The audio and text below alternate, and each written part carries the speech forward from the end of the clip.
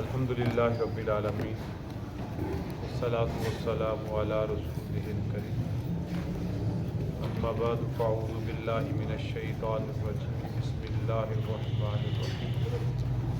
افغیر دین اللہ یبغون وله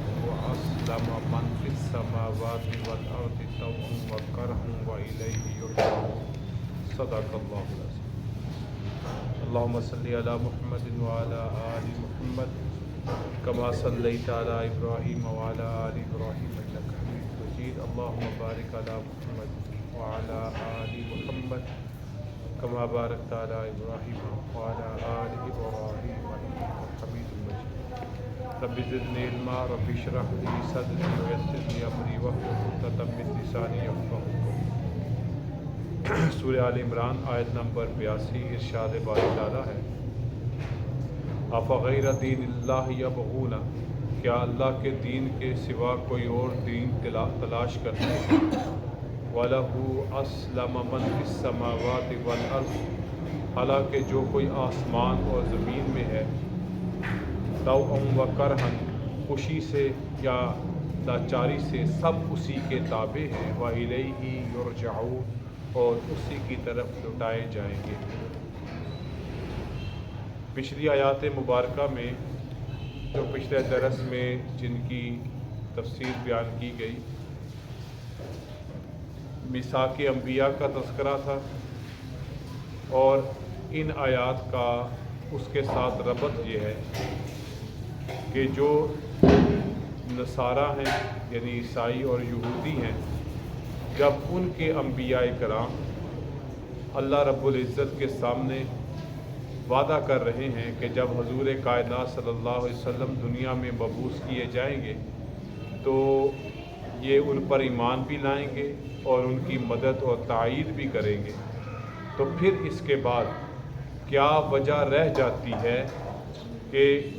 ان کے ماننے والے یعنی نصارہ اور یہود وہ اللہ کے دین کے علاوہ کوئی اور دین تلاش کریں؟ اور اللہ کا دین کو کیا ہے؟ آخری پیغمبر صلی اللہ علیہ وسلم کو جو دین نازل کیا گیا، جس کی خبر اس سے پہلے انبیاء کرام کو دے دی گئی اور وعدہ بھی لے لیا گیا۔ تو یہاں پر اللہ یہی فرما رہے ہیں افغیر دین اللہ یبغون، کیا اللہ کے دین کے سوا کوئی اور دین تلاش کرتے ہیں؟ اب دین صرف دین محمدی صلی اللہ علیہ وسلم ہے، اور اس کے علاوہ کسی بھی شریعت کی، کسی بھی دین کی اب وہ حیثیت باقی نہیں رہی، کیونکہ نبی کریم صلی اللہ علیہ وسلم کی بعثت کے بعد پہلے تمام کے تمام آسمانی ادیان جو ہے وہ منسوخ ہو گئے ہیں۔ ان کی شریعتیں اب اس درجے کی نہیں رہی کہ ان پر ایمان لایا جائے، ان کے احکامات پر عمل کیا جائے، کیونکہ اللہ رب العزت کے پیغمبر صلی اللہ علیہ وسلم کی بعثت کے بعد ان کی منسوخیت واضح ہو چکی ہے۔ پھر اللہ فرما رہے ہیں یہ اللہ کی کیوں نہیں اتباع کرتے، حالانکہ وَلَهُ أَسْلَمَ مَنْ فِي السَّمَاوَاتِ وَالْأَرْضِ طَوْعًا وَكَرْهًا وَإِلَيْهِ يُرْجَعُونَ، حالانکہ جو کچھ بھی آسمانوں اور زمین میں ہے وہ خوشی سے یا ناخوشی لاچاری سے سب اسی کے تابع ہیں اور اسی کی طرف لوٹ کے جائیں گے۔ اس کا پہلا معنی یہ ہے کہ کوئی مخلوق ایسی نہیں ہے جو اللہ کے حکم کی تابع نہ ہو۔ دوسرا معنی اگر اس سے مراد جن و انس لیے جائیں تو پھر احکامات کی دو صورتیں ہیں، ایک احکامات تکوینی ہیں اور ایک احکامات تشریعی ہیں۔ احکامات تکوینی سے مراد کیا کہ جو اللہ نے فیصلے کر دیے ہیں، آفتوں کی صورت میں، رحمتوں کی صورت میں، کبھی کوئی سیلاب آ گیا، کوئی زلزلہ آ گیا، کوئی آفت، بیماری، وبا پھوٹ پڑی، تو یہ اللہ کے تکوینی احکامات ہیں، ان کو انسان کو ماننا ہی پڑتا ہے، کیونکہ ان حکموں کے سامنے انسان بے بس ہے۔ اور دوسرے احکام کون ہیں؟ تشریعی، وہ کون سے؟ جو شریعتیں اللہ رب العزت نے نازل کی۔ اب یہاں پر کرہن سے مراد تکوینی احکامات، نہ چاہتے ہوئے بھی ہم نے اللہ کے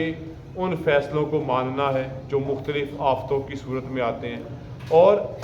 تشریعی احکام کیا ہیں کہ جن کو دل سے مان لیا جائے تو یقیناً اللہ تعالیٰ کے ہاں سے اجر و ثواب بھی ملے گا، اور اس کا نتیجہ کہاں پہ ملے گا؟ وَإِلَيْهِ يُرْجَعُونَ، جب وہ اپنے رب کی طرف بلا آخر حساب کتاب کے لیے لٹائے جائیں گے۔ ارشاد باری تعالیٰ ہے، کل، اے میرے محبوب فرما دیجئے، آمنا باللہ وما انزل علینا، ہم اللہ پر ایمان لائے اور جو کچھ ہم پر نازل کیا گیا، یعنی دین محمدی، دین اسلام جو حضور کائنات صلی اللہ علیہ وسلم کے قلب اطہر پہ اترا، اس کے بنیادی اصول کو بتایا جا رہا ہے کہ ہم اللہ پر بھی ایمان لاتے ہیں، وما انزل علینا، اور جو قرآن کی صورت میں وحی کا نزول حضور اکرم صلی اللہ علیہ وسلم کے قلب اطہر پہ ہوا، ہم اس پر بھی ایمان لاتے ہیں، اور اس کے ساتھ ساتھ وما انزل علی ابراہیم و اسماعیل و اسحاق و یعقوب والاسباط، جو کچھ نازل کیا گیا ابراہیم علیہ السلام پر، اسماعیل علیہ السلام پر، اسحاق علیہ السلام پر، یعقوب علیہ السلام والاسباط، اور ان کی اولاد پر۔ مفسرین نے بیان کیا ہے کہ جیسے کہ حضرت ابراہیم علیہ السلام کو ابو الانبیاء کہا جاتا ہے، ان کے بیٹے اسماعیل سے فقط حضور اکرم صلی اللہ علیہ وسلم ہی ہیں، اور حضرت اسحاق اور ان کے بیٹے یعقوب، اور اس کے بعد تقریباً حضرت اسحاق اور ان کے بیٹے یعقوب سے 4000 انبیاء کرام مختلف اوقات میں پیدا ہوئے ہیں اور قوموں کی طرف ان کو مبعوث کیا گیا ہے۔ اور آگے اللہ فرماتے ہیں وما اوتیہ موسیٰ و عیسیٰ، اور جو کچھ نازل کیا گیا موسیٰ علیہ السلام پر اور عیسیٰ علیہ السلام پر، والنبیون من ربہم، اور سب نبیوں کو ان کے رب کی طرف سے ملا۔ مطلب کیا ہے کہ ہم، یعنی دین اسلام کا اصول ہے ایمان بالرسل، اللہ کے رسولوں پر ایمان لانا، اور یہاں پر چیدہ انبیاء کرام کا ذکر کر کے یہ بتایا جا رہا ہے کہ دین اسلام کا اصول یہ ہے کہ وہ اللہ کے تمام بھیجے ہوئے انبیاء پر جو نازل ہوا اس پر ایمان لاتے ہیں۔ چونکہ اب وہ اصلی حالت میں موجود نہیں ہے، لہٰذا ان کی اب حیثیت عمل کرنے کے اعتبار سے نہیں، کیونکہ اب نئی وحی آ چکی ہے حضور اکرم صلی اللہ علیہ وسلم کے اوپر قرآن مجید کی صورت میں۔ اور پھر اللہ آگے فرماتے ہیں لا نفرق بین احد منہم، اور ہم ان میں سے کسی کو جدا نہیں کرتے، فرق نہیں کرتے۔ ہم ایمان لانے پہ، جیسے فرق لانے کا کیا مطلب؟ جیسے یہود اور نصارہ نے انبیاء کو آپس میں بانٹ لیا، یہود جن پر ایمان لاتے ہیں عیسائی ان پر ایمان نہیں لاتے، اور عیسائی جن پر ایمان لاتے ہیں یہود ان پر ایمان نہیں لاتے۔ نہ صرف ایمان نہیں لاتے بلکہ ان کی عزت و تکریم میں بھی فرق پیدا کرتے ہیں۔ تو لیکن اسلام کا اصول اور اسلوب یہ ہے کہ ہم تمام انبیاء پر ایمان لانے میں کوئی فرق نہیں کرتے، ہم سب انبیاء پر ایمان لاتے ہیں، اور اس وقت تک ہمارا ایمان مکمل نہیں ہوتا جب تک ہم تمام انبیاء اور مرسلین پر ایمان نہ لے آئیں۔ وَنَحْنُ لَهُ مُسْلِمُونَ، اور ہم اسی کے فرما بردار ہیں، یعنی اللہ رب العزت کے۔ اور پھر ارشاد ہوا آیت نمبر 85 میں وَمَن يَبْتَغِي غَيْرَ الْإِسْلَامَ دِينًا، اور جو کوئی اللہ کے سوا دین چاہے گا، اسلام کے سوا کوئی دین چاہے گا، یعنی اسلام ہی اب حقانیت کا، حق پرستی کا معیار ہے، اس کے علاوہ کوئی اور دین کی تلاش میں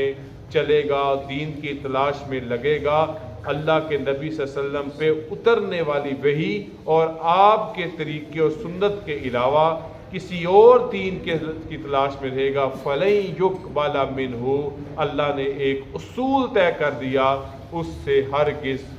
کچھ بھی قبول نہیں کیا جائے گا۔ اب صرف اور صرف دین اسلام ہی ہوگا، اور وہ دین اسلام جو حضور کائنات صلی اللہ علیہ وسلم کے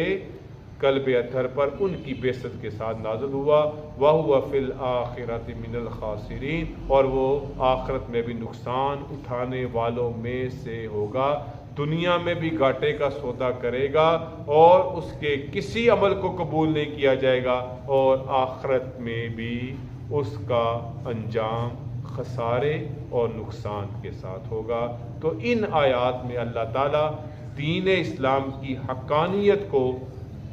ایک انداز سے بیان کر رہے ہیں کہ اب سکہ چلے گا تو صرف دین اسلام کا، اور اس کے علاوہ کوئی دوسرا مذہب، دین، طریقہ قبول نہیں کیا جائے گا۔ اللہ تعالی ہم اس دین اسلام پر عمل کرنے کی اس پر پابندی نصیب فرمائے۔ وآخر دعوانا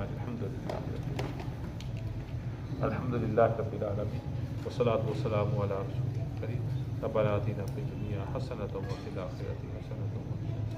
ربنا اغفر لنا وارحمنا وانت مولانا فانصرنا على القوم الكافرين اللهم انا نسألك العفو والعافية في الدنيا والآخرة